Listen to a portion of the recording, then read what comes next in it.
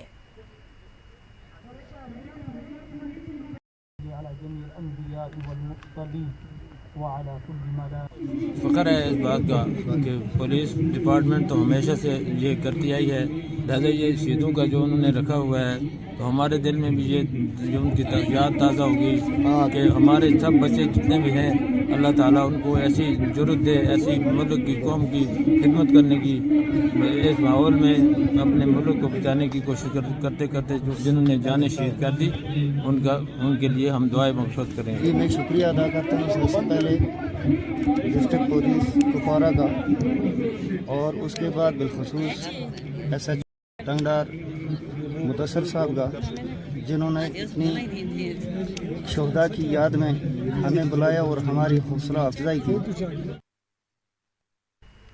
دل مانگے مور